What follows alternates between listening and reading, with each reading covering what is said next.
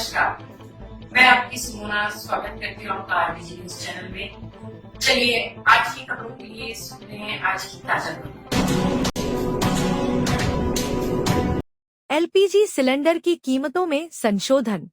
हर महीने की पहली तारीख को तेल कंपनियां एलपीजी सिलेंडर की कीमतों की समीक्षा करती हैं।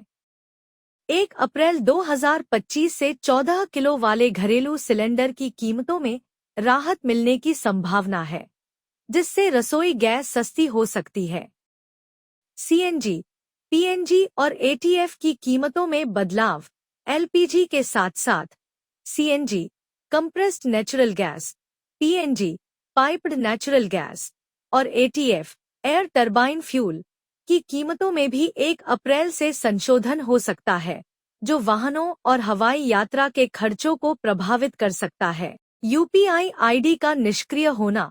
National payments corporation of India NPCI 1 अप्रैल 2025 से उन यूपीआई आईडी को बंद कर सकता है जो पिछले 12 महीनों से सक्रिय नहीं हैं।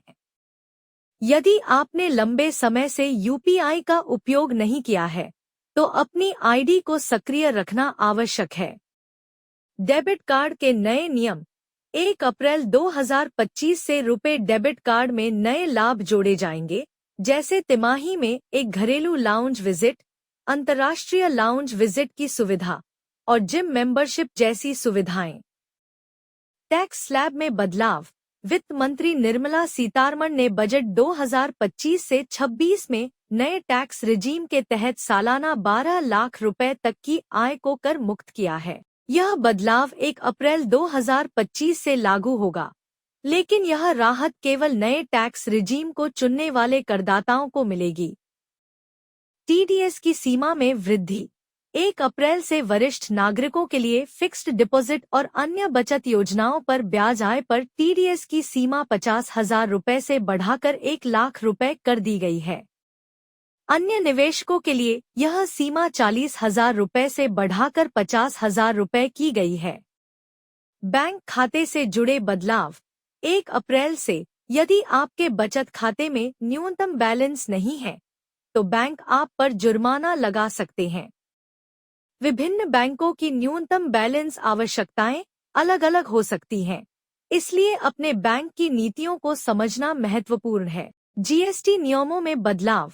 सरकार 1 अप्रैल 2025 से input service distributor (ISD) system लागू कर रही है, जिसका उद्देश्य राज्यों के बीच कर राजस्व के सही वितरण को सुनिश्चित करना है। डीमैट और म्यूचुअल फंड खातों के नियम कड़े। सेबी ने डीमैट और म्यूचुअल फंड खातों के लिए केवाईसी और नामांकन विवरण को अपडेट करना अनिवार्य किया है। ऐसा नहीं करने पर आपका खाता फ्रीज किया जा सकता है। आईपीएल 2025 में मुंबई इंडियंस की जीत।